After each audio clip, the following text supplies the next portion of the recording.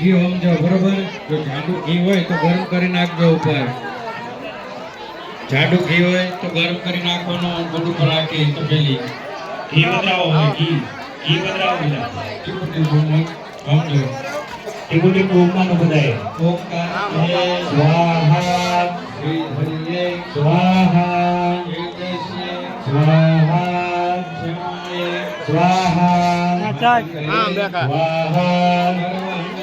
સ્વાહા સ્વાહા સ્વાહા સ્વાહા સ્વાહા સ્વાહા સ્વાહા સ્વાહા